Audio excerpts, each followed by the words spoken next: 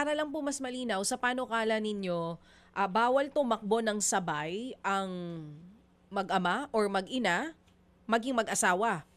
Mag-asawa, magkapatid, Oo. maglolo. Magkapatid, bawal din. Maglolo, maglola, bawal. Magbiyanan, Bawal. magmanugang, bawal po ng sabay. Pero pwede ang magpinsan. Pwede ang magpinsan. Kasi hindi niya na kontrolado yan eh. Mm-mm. Kasi for example, is even in the provinces, sa isang local government, halos magkakamag-anak eh. Yung mga tumatakbo, mawawala na yan. Baka pag tumakbo na sabay-sabay, paano i-enforce ng ano yun, ng Commission on Elections yun? Mahirap.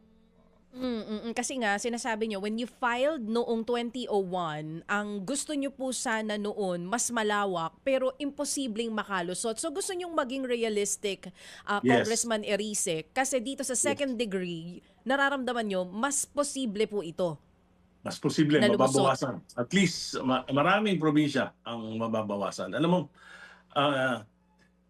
nagsimula ako na, ano pa lang ako, ngayon 65 na ako, 20 years old pa lang ako, lumalaban na ako sa political dynasty sa Caloocan. Nakalaban ko lahat dito, 4 na malalaking pamilya.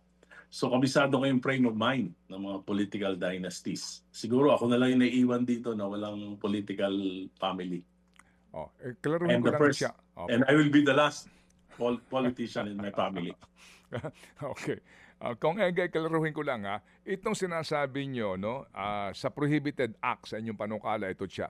No more than 2 family members who are related within the second degree, civil degree of consanguinity or affinity shall be allowed to, no, simultaneously run for any elective office, whether within the same or different government units or level.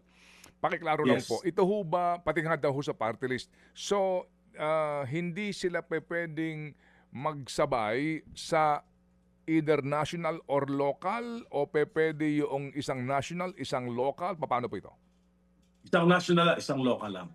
Okay. Presidente, Vice President, Senator, and Congressman. Isa.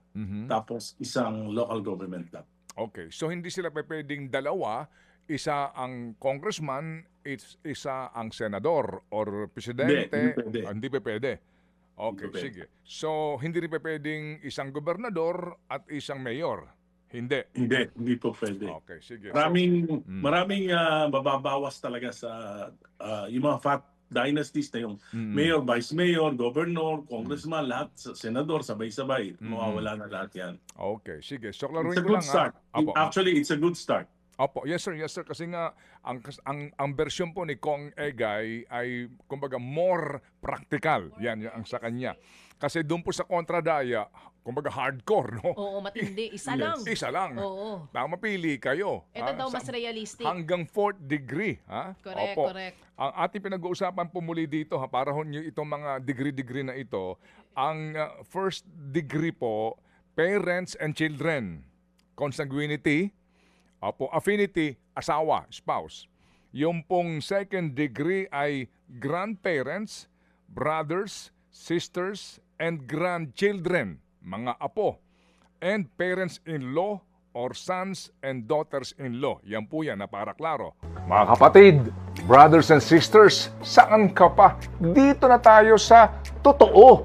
Dito na tayo sa True FM. Mga kapatid, mag-subscribe and follow po kayo sa social media accounts ng True Network PH. Yan po kami, hanapin nyo lang True Network PH, Facebook, Instagram, YouTube, TikTok, and podcast. Mapa Apple or Spotify man yan, mahahanap nyo kami. Lahat ng mga napapanood at napapakinggan nyo po sa programa, nasa social media accounts namin yan. So paano mga kapatid? See you sa social media!